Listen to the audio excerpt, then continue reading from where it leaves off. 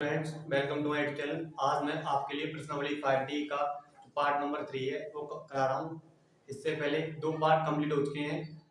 रुको जरा, सबर करो। बोला धक्का बुक्की नहीं करने का। यदि आपने अभी तक नहीं देखे हैं तो उनका लिंक डिस्क्रिप्शन डाला हुआ है, वहां से आप देख सकते हैं। तो देखिए इस पार्ट नंबर 2 में पहला क्वेश्चन क्या है। इसमें बोला है उस समांतर श्रेणी के 22 पदों का योगफल ज्ञात कीजिए जिसमें d बराबर 7 और 22वां पद 149 है।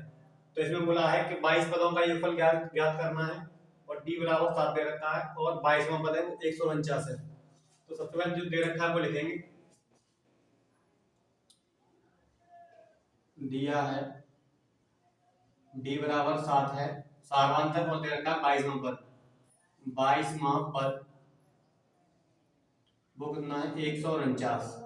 अब देखें 22वां पद कितना होगा a प्लस 21 d बराबर 149, क्योंकि 22वां पद है 22 एक कम कर देंगे कितना होगा 21 d। अब d का मान दिया गया है 7, तो यहाँ 21 गुणा 7 क्योंकि d का मान 7 दे रखा है।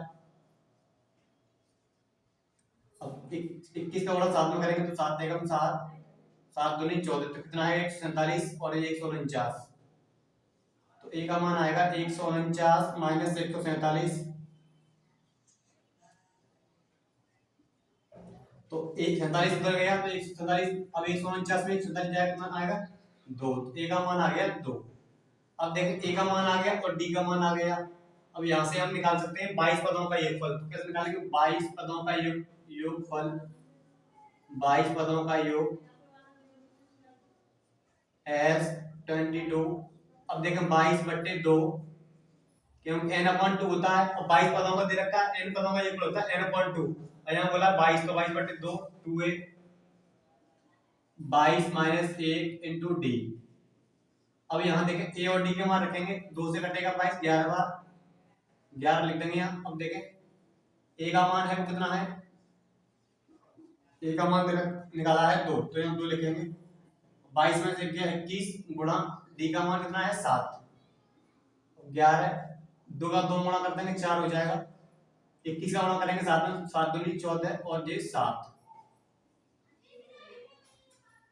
ठीक है 7 ये 4 और 147 कितना होगा 151 151। अब गुणा करते हैं 11 का इसमें, तो 11 1 11 यहां से लगी 11 5 55 और 1 56 यहां से लगी 5 11 11 5 और 11 कितना होगा 16। तो ये आएगा 1661 22 पदों का योगफल। तो सबसे पहले क्या करना है, जो हमें दे रखा है वो लिखेंगे। डी हमें दे रखा है, यहाँ से हमारा ए का मान आ गया। अब 22 पदों का योगफल, तो एन का मान कितना होगा 22 और ए का मान दे रखा है, यहाँ डी का मान लगाएंगे। तो ए और डी के मान लगाने के बाद इस तरह से 22 पदों का योगफल आएगा 1661। उम्मीद करता हूँ क्वेश्चन समझ में आया होगा। अब देखते हैं नेक्स्ट क्वेश्चन। देखें क्वेश्चन नंबर 11 इसमें बोला है उस समांतर श्रेणी के पदों की संख्या ज्ञात करो जिसके सभी पदों का योगफल 60 है और सार्वधातुक 2 है तथा अंतिम पद 18 है। तो इसमें बोला है पदों की संख्या में ज्ञात करनी है। सभी पदों का योगफल दे रखा है 60, सार्वधातुक 2 और अंतिम पद 18। तो पहले जो दिया गया वो लिखेंगे। दिया है क्या दे रखा है, सभी पदों का योग दे रखा है एस एन बराबर 60 दिया गया, सार्वधातुक डी बराबर दे रखा है 2, अंतिम पद एल बराबर दे रखा है 18। तो देखें एस एन का जो फॉर्मूला होता है एक तो होता है n/2 a प्लस एल। तो हमारे पास ए नहीं दे रखा है, अब देखें डी दे रखा है यहाँ से, तो एल हम निकाल सकते हैं या एक समीकरण मान लें। एल का फॉर्मूला होता है एल बराबर A plus N minus 1 into D. ये लगाएंगे सबसे पहले। अब देखो एल दे रखा है हमें 18, ए का मान मालूम नहीं है, एन का ही मान मालूम नहीं है, माइनस इंटू डी। देखो इसका मान यहाँ से अगर निकालना चाहो तो निकाल सकते हो। तो यहाँ अगर डी का मान रखते हैं तो यहाँ 2 रख लो, क्या रख लो 2 रखेंगे यहाँ। तो जी हमारा देखें ए का मान हमें निकालना है, ए का मान निकालोगे ऐसा करो, इसे ऐसे जोड़ दो यहाँ पर एन का मान डी का डी इस तरह से लिख सकते हैं n-1 इंटू डी। डी। अब इसको इधर लेके आएंगे तो 18। अब जो फॉर्मूला होता है वो बेसिकली हमारे दो फॉर्मूले होते हैं, एस एन बराबर एन अपॉन टू ए प्लस एल। अब यहाँ से हम जे वाला लगाते हैं तो हमारे अगर जे हमने दे रखा है, एन हमें निकालना है, एल दे रखा है, ए नहीं मालूम है। अगर ए मालूम पड़ जाए तो ए का मान यहाँ से हम रख सकते हैं, ए का मान यहाँ से रखेंगे तो यहाँ से रखने यहाँ डी का मान रख दीजिए। अब क्योंकि डी उसमें नहीं है तो डी का मान रख देंगे। यहाँ पर कितना है, डी का मान 2 रख दिया। अब ए 2 का अंदर गुणा करते हैं 2n माइनस 2 तो 18। अब इसको इधर लेके आएंगे प्लस का 2 हो जाएगा a प्लस 2n तो 18 2 कितना होगा 20। अब ये 2n को इधर ले आएंगे तो माइनस का 2n हो जाएगा a का जो मान है कितना आया 20 माइनस 2n। क्या किया आपको देखना है यहाँ पर पहले क्या लगेगा। एक तो फॉर्मूला ये होता है एल वाला, एल हमको दिया गया तो इसी फॉर्मूले से हम निकाल सकते हैं एन का मान, पर यहाँ हमारे पास ए का मान नहीं है तो ए का मान हमने निकालने के लिए क्या किया, इस फॉर्मूले का यूज किया। ये आपको फॉर्मूला याद होना चाहिए। इस फॉर्मूले से हमने यहाँ पर डी का मान रखा। पहले तो ये देख रहे थे हमने वो वाला फॉर्मूला देख रहे थे 2a plus n minus 1 into D. अगर वो लगता तो हमें यहाँ डी लगाने की जरूरत नहीं थी क्योंकि वहां पर लगा देते बाद में। तो यहाँ पर हमने देखा ये वाला फॉर्मूला लगेगा, यहाँ पर डी नहीं तो यहाँ पर डी का मान लगा दिया 2। अब 2 का अंदर गुणा कर देंगे तो 2n माइनस 2 2 का इधर लेके आए प्लस का हो गया तो 18 तो 20 हो गया। अब ये 2n बचा 2n को इधर लेके आएंगे माइनस 2n हो गया। a का मान आया 20 माइनस 2n। अब a का मान इसको मान लें, समीकरण एक मान सकते हैं यहाँ पर। अब लाएंगे ये वाला फॉर्मूला। अब देखिए Sn का जो दे रखा है 60 n अपॉन 2। a का मान कितना है, a का मान दे रखा है 20 निकाला हमने 20 माइनस 2n। l का मान कितना है, l का मान है 18। अब देखें 2 कॉमन ले सकते हैं तो 2 कॉमन लेंगे। पहले क्या करें, जोड़ लें 18 और 20 कितना हुआ 38 minus 2n 60 n upon 2। 2 common ले लेंगे क्योंकि 2 कॉमन मिल रहा है, 38 में भी 2 है इसमें भी 2 है तो 2 कॉमन लेंगे तो यहाँ कितना हो जाएगा 19 माइनस n 19 माइनस का n। कैसे 2 कॉमन लिया 2 से भाग देंगे 38 में 19 बच जाएगा। अब 2 यहाँ बाहर आ गया तो यहाँ पर कितना बचेगा n और 2 से 2 कट जाएगा तो 60 बराबर n का अंदर गुणा करते हैं 19n माइनस n स्क्वायर। अब देखें दो का समीकरण बन गया, इसको जब लेके आएंगे तो ये माइनस का क्या हो जाएगा प्लस का माइनस 19n, ये प्लस का कितना है 60 बराबर 0। देखिए n स्क्वायर को माइनस का इधर लेके आए तो प्लस का हो जाएगा प्लस का माइनस और प्लस का 60 n का अंदर गुणा कर दिया तब इस तरह से हमारा आया। अब देखो इसके फैक्टर करेंगे तो गुणा करने पर 60 लेके आने जोड़ने पर 19 तो कैसा होगा ये होगा n square minus 15 plus 4 into n plus 60 बराबर 0। तो 15 और 4 19 होंगे, 15 का गुणा 4 में करेंगे तो कितना आएगा 60। अब n का अंदर गुणा कर देंगे n square minus 15n minus 4n और प्लस का 60 बराबर 0। अब देखें यहाँ से कॉमन क्या मिलेगा, n का अंदर गुणा कर दिया प्लस माइनस क्या होता है माइनस, तो माइनस 4n आ गया। अब देखें यहाँ से कॉमन लेंगे तो यहाँ से कॉमन आएगा n माइनस 15। अब यहाँ से देखें 4 कॉमन दिखाई दे रहा है तो 4 कॉमन लेंगे n बचेगा। अब 4 से 60 हम भाग देंगे कितना हो जाएगा 15 बार बराबर 0। दोनों ब्रैकेट समान हो गए तो n माइनस 15 और ये n माइनस 4 बराबर 0। अब एक बार इसको मानेंगे 0 तो ये कितना, एक ब्रैकेट को मानेंगे 0 n का मान आया 15, एक इसको 0 मान तो n का मान आया 4, कितना आएगा 4 क्योंकि इसको इधर ले जाएंगे प्लस का हो जाएगा तो n के दो मान आते हैं 15 और 4। अब देखें क्या बोला है इसमें, उस समान श्रेणी के सही पदों को ज्ञात करें जिसके सही पदों का योग कितना है 60 है और सारवांतर कितना है 2, सारवांतर 2 है और अंतिम पद है वो कितना है 18। अब देखें यहाँ पर अंतिम पद दे रखा है हमें 18 और यहाँ पर जो पदों की संख्या है वो कितनी है 15 और 4। ठीक है, सारवांतर 2 है इसका मतलब क्या है जो अंतिम पद है वो 18 दे रखा है, यहाँ पर दे रखा है 18। अगर यहाँ से हम इसको सेटिस्फाइड करें, यहाँ पर हम n का मान लगाएं कितना 15 लगाते हैं, कितना लगाते हैं 15। तो देखें n का मान यहाँ 15 लगाएं, जैसे कि यहाँ पर पहले यहाँ रखते हैं a का मान देखने निकाल के 4 रखते हैं, यहाँ पर 4 रखेंगे तो 4 दूनी 8 तो 20 में से 8 जाएगा कितना आएगा 12, कितना आएगा 12। तो यहाँ 12 प्लस l का मान कितना है 18, ये कितना हो गया 30। n का मान कितना था 4/2 2 से 4 घंटे जाएगा 2 बार, तो 2 का गुणा 12 और 18 कितने होंगे 30, 60 आ गया, कितना आ गया 60। तो ये वाला हमारा जो 4 है वो हमारा राइट आंसर होगा। क्यों होगा आंसर राइट? 15 नहीं होगा, क्योंकि जो अंतिम पद है वो कितना है हमारा 18 है और सभी पदों का योगफल कितना है 60 है। तो पदों की संख्या 15 नहीं हो सकती है, क्योंकि सबसे लास्ट वाला पद है कितना 18 दे रखा है। तो आप कहां तक हम ये मान लीजिए 18 से पहले क्या आ रहा होगा 16 14, इस तरह से यहाँ पर ये 12। अब देखें 4 ही पद, इन 4 पदों का आप जोड़ेंगे तो 60 आएगा।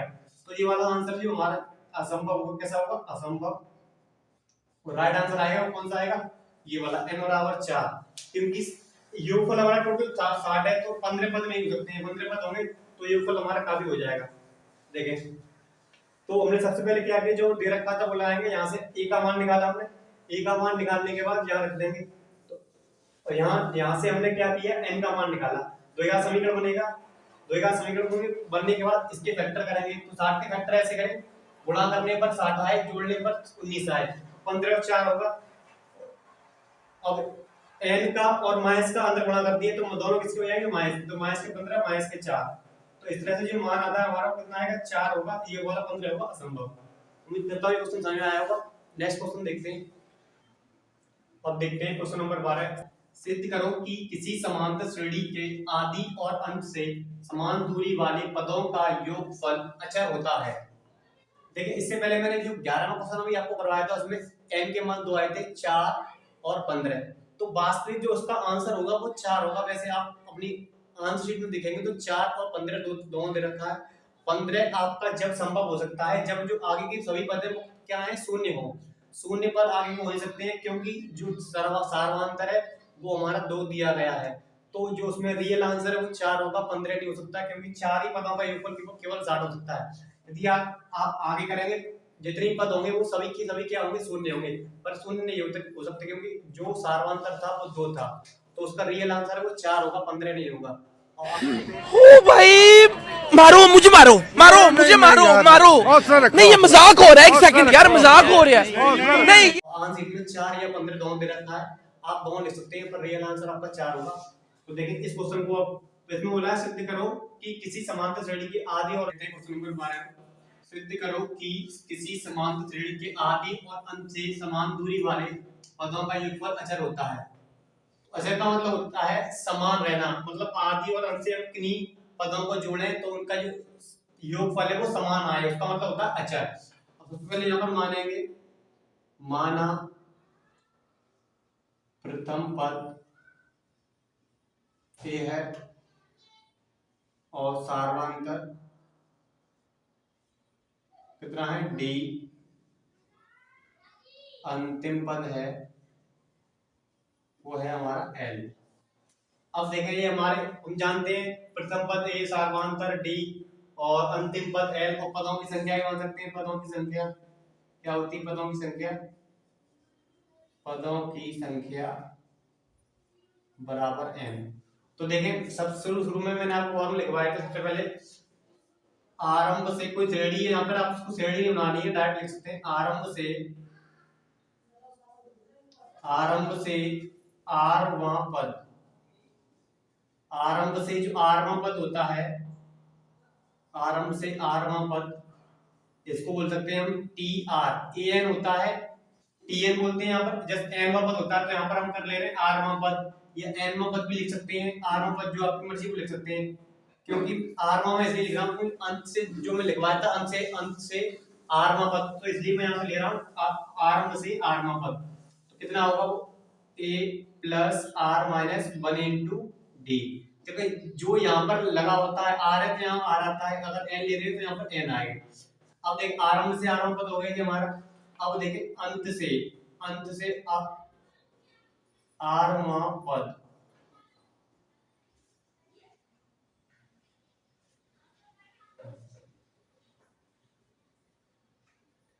देखिए यहाँ पर क्या, यहाँ पर हमारा ए की जगह एल की जगह क्या आता है एल आ जाता है, ए की जगह एल आ जाता है, और यहाँ प्लस की जगह माइनस, और यहाँ रहता है समान आर माइनस 1 इंटू डी। अब देखें आरंभ से आरवां पद और अंत से आरवां पद, इन दोनों को हम जोड़ें, मान लीजिए समीकरण नंबर 1 है, ये समीकरण नंबर 2 है, तो समीकरण 1 और 2 को जोड़ेंगे, समीकरण 1 प्लस समीकरण नंबर 2। इन दोनों को जोड़ दें, देखें ये दोनों समान है, r minus one into d, r minus one into D, ये माइनस का ये प्लस का, दोनों जोड़ेंगे तो क्या होगा, कट जाएंगे, दोनों को जोड़ेंगे तो क्या होगा, कट जाएंगे, r माइनस वन से ये कट जाएगा, तो यहाँ क्या बचेगा, a प्लस एल बचेगा, a वाला l ये वाला, तो a प्लस एल आएगा, क्या आएगा, a प्लस एल। अब देखें यहाँ से हमने ये कर लिया, आरम से आरम पद, अंत से आरम पद, अब दोनों ये समान आ रहे हैं, मतलब a प्लस एल आ रहा है। अब हमने केवल एक पद निकाला है, अब अगला पद निकाल लेंगे, तो मान लीजिए अगला पद क्या होगा, आरंभ से r प्लस वनवां पद, कौन सा पद, r प्लस वनवां पद, तो t r प्लस वन, तो यहाँ a, अब देखें यहाँ में जो बताया था वो यहाँ r के चेंज हो जाएगा, क्या है, r plus one minus one into D, इसे मान सकते हैं समीकरण नंबर 3। अब अंत से लिखेंगे, या अंत से वो लिखना, अंत से r प्लस वनवां पद,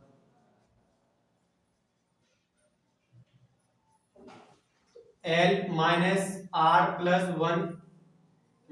वन इंटू डी, इसे मान लें समीकरण नंबर 4।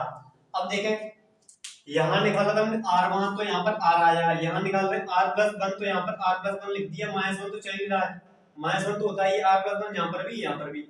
अब देखा समीकरण 3 और 4 को जोड़ेंगे, 3 व 4 को जोड़ेंगे तो देखा ये और ये दोनों क्या समान है, r प्लस माइनस एक से कट जाएगा, यहाँ पर भी कट जाएगा एक से, आर डी यहाँ पर भी है, आर डी यहाँ पर भी है, ये प्लस का ये माइनस का कट जाएगा, तो क्या आएगा, ए प्लस एल, यहाँ पर भी क्या आ रहा है, ए प्लस एल, इन दोनों को जोड़ लिया तो यहाँ पर क्या आ रहा है, ए प्लस एल, तो इसका मतलब ये देखो आरंभ जोड़ा हमने अंश से और आरंभ से, तो ए प्लस एल आ रहा है, और r प्लस वन जोड़ा तो भी a प्लस एल आ रहा है, और देखो यहाँ से अगर r प्लस टू पर जोड़ेंगे, जैसे मान लीजिए आरंभ से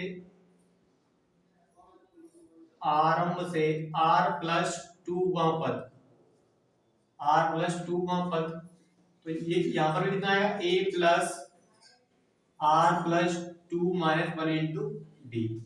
अब देखें r प्लस टू है, यहाँ पर r प्लस टू आ गया, ऐसे यहाँ पर अंत से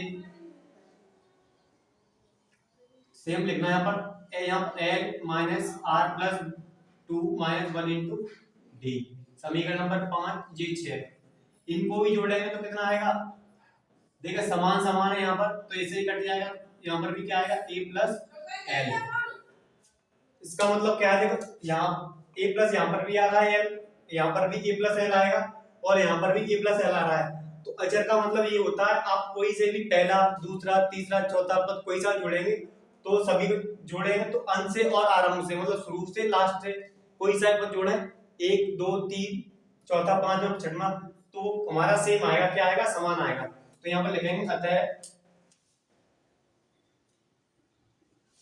समीकरण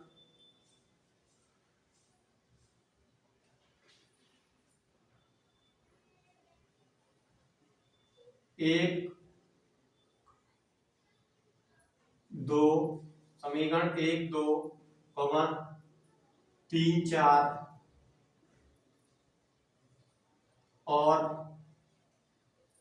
समीकरण 5 व 6 को जोड़ने से सिद्ध होता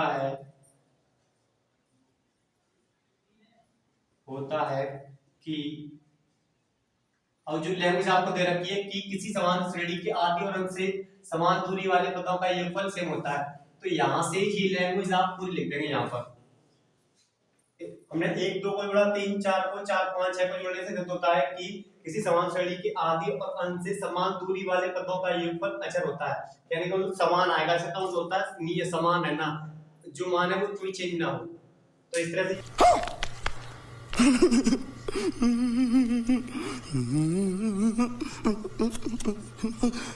क्वेश्चन नंबर 13, इसमें बोला है कितने पद लिए जाएं ताकि समांतर श्रेणी 24 21 18 15 का योग 78 हो जाए, तो हमें इसमें बोला है कितने पद लिए जाएं, n का मान हमें निकालना है, तो देखिए कैसे करें, इस तरह के क्वेश्चन हम काफी कर चुके हैं। सबसे पहले हम a निकालेंगे, a कितना है, a हमारा 24 है, प्रथम पद 24, अब d क्या होगा, दूसरे पद में से पहला पद घटाते हैं तो 3 कम हो रहा है, 21 माइनस का 24, तो डी का मान कितना आया माइनस का 3, डी का मान आ गया -3, ए का मान कितना है 24।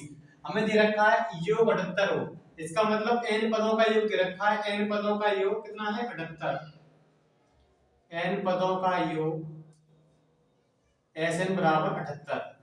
अब देखें n पदों का योगफल का फॉर्मूला क्या होता है, d वाला n/2 2a plus n-1 into d बराबर 78।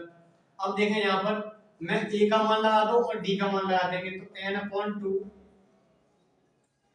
a का मान कितना रखा है 24, तो 24 लिखेंगे यहाँ प्लस n-1 इंटू d का मान कितना है -3 बराबर 78।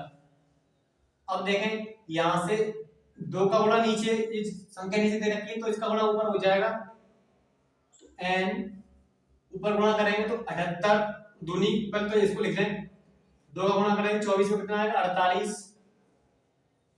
अब देख -n का -3 का n में गुणा करेंगे तो कितना आएगा -3n, क्योंकि माइनस है -3n। अब -3 का करेंगे 1 में -1 में तो कितना आएगा +3 बराबर 78 दूनी कितने होंगे 100, 2 अट्ठे 16, यहां से लगी 1, 2 का करेंगे 7 में 14, तो 156 हो गया, कितना होगा 156, 2 का गुणा कर दिया इधर।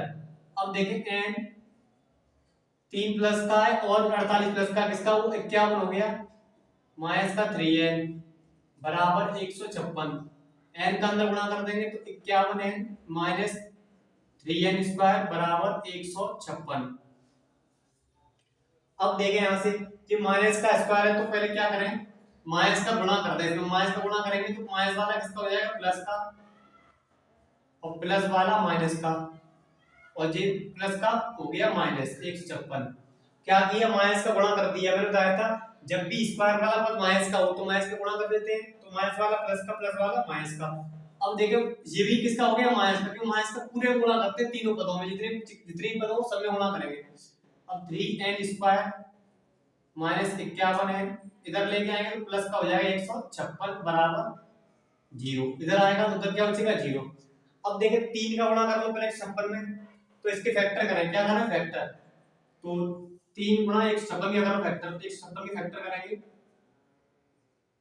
2 78 बार आएगा, ये 2 से काटेंगे 3 बार, ये 9 बार। अब 3 से 1 बार, ये 3 बार, 13 से काटेंगे 1 बार। अब देखें कितना आया, 3 तो ये हमारा कौन सा वाला है, ये 3 ये वाला है।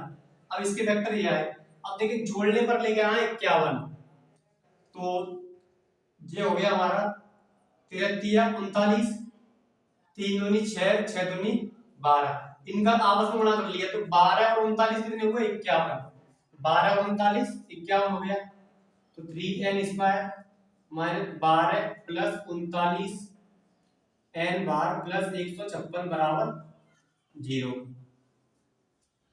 अब देखें इसको इधर लिख लेते हैं 3n स्क्वायर माइनस का n का अंदर गुणा कर देंगे -n का, तो 12n माइनस का 39 n प्लस का 156 बराबर 0।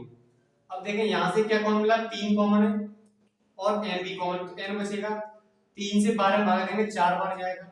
अब यहां से कॉमन देखें, यहां से कॉमन क्या है, यहां से 39 कॉमन लेंगे, क्योंकि 39 ये इसमें 39 है, 156 में 39 भी मिलेगा और कितना मिलेगा यहाँ पर बचेगा 4, क्योंकि 39 जब होते हैं 156, तो n बचेगा यहाँ माइनस, क्योंकि माइनस है यहाँ प्लस का क्या हो जाएगा माइनस 39 बार है, 39 से 156 भाग देंगे तो कितने बचेगा 4 बार बराबर 0, n - 4 2 बार लिखा हुआ है कॉमन आ गया, क्या बचेगा 3n माइनस का 39 बराबर 0। तो एक बार इसको 0 मानेंगे तो n का मान कितना आएगा 4 आएगा, कितना आएगा 4, एक बार इसको 0 माना।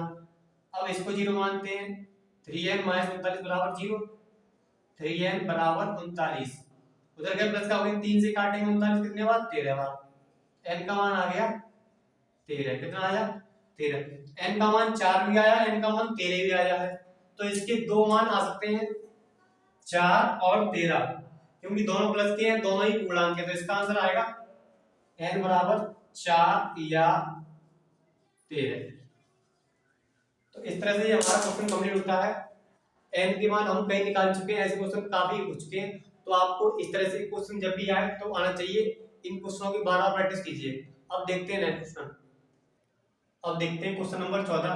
इसमें बोला है किसी समांतर श्रेणी की प्रथम 7 पदों का योग 49 है। बोला है 7 पदों का योग 49 है तथा प्रथम 17 पदों का योग 289 है। 7 पदों का 49 दे रखा है और 17 पदों का 289 है, तो इसके प्रथम n पदों का योगफल ज्ञात कीजिए। तो इस क्वेश्चन को दो फॉर्मूले से कर सकते हैं। योगफल का फॉर्मूले दो होते हैं, l वाला होता है और एक d वाला होता है। दोनों फॉर्मूले से किसी से भी कर सकते हैं, दोनों से आंसर सेम आएगा। तो देखें इसमें तो दिया है, पहले लिखेंगे दिया है क्या दे रखा है, 7 पदों का योग, 7 पदों का योग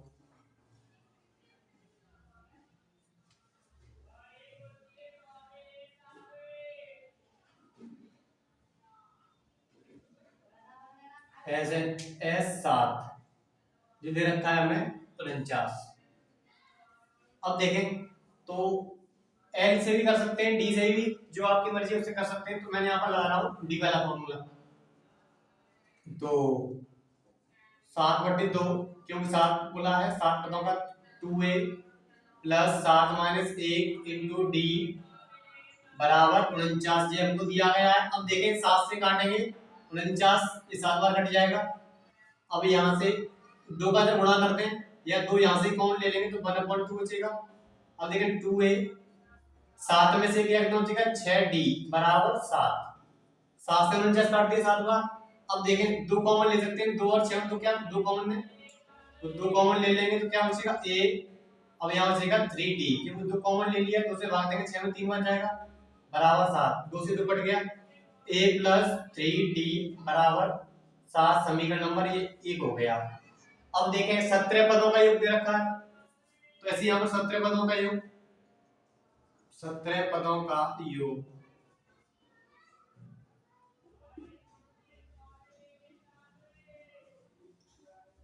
ए 17 बराबर दे रखा है 289। तो 17/2 2a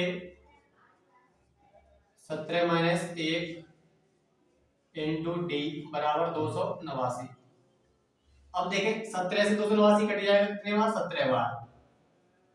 अब यहाँ 1/2 बचेगा, ये 2a 17 में से 8 16d, कितना डी 16d बराबर 17। अब 2 कॉमन लेंगे यहाँ से तो कितना बचेगा 2, यहाँ बचेगा 1, 2 बार आ गया, 2 से देंगे 16 बार कितने बार 8, d बराबर 17।